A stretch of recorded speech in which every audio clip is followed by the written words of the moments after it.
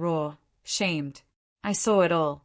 My daughter, Emma, with her quiet grin meant just for me, clutching a paper plate of gravy-soaked turkey, stepping too near the pond's edge. Then 2 hands, my wife's hands. A push. Swift, intentional. Emma's feet slipped. She fell. The plate shattered. Her dress drank the muddy water. A choked sob escaped her, not a child sound but something fracturing. Claire loomed above, smaking. Now you're like your father, she hissed, a filthy mess. The laughter that followed felt staged, hollow, crafted for a crowd that had already picked their side. Her family, her stories, her lies. Emma looked to me, shaking. She didn't beg for help. She didn't call for her mother. She just stayed. And that's when something in me flipped. Or maybe it finally woke up. The clues were always there.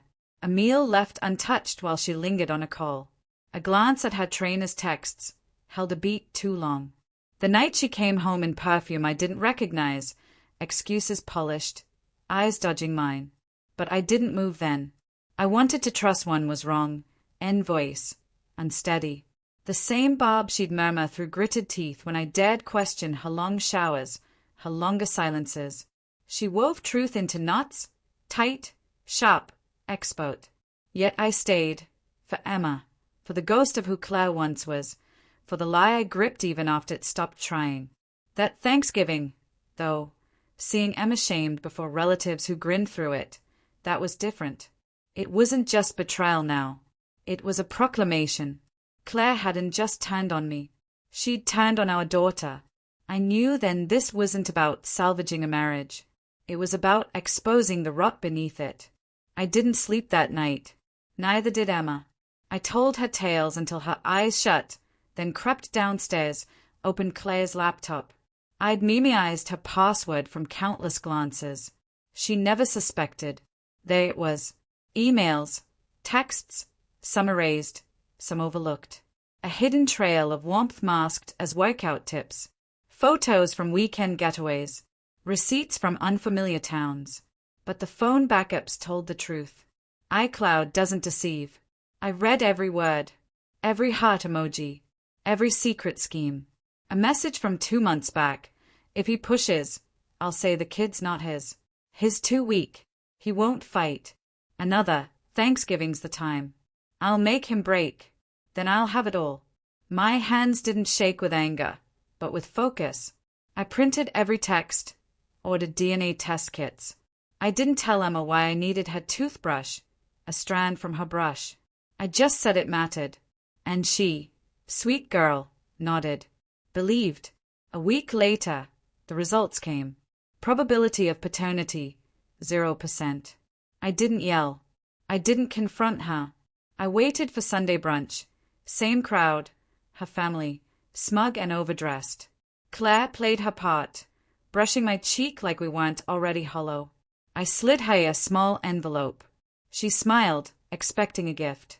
She opened it, read the face line, froze. Her hand trembled. I watched the color drain from her face, her eyes dart to me, then her father, then back to the page. I poured my coffee. No one spoke. She stammered. This is madness. I sipped. Is it? I set down a second envelope. Phone logs. Her brother read a line aloud. No one laughed now. I stood, smoothed my coat.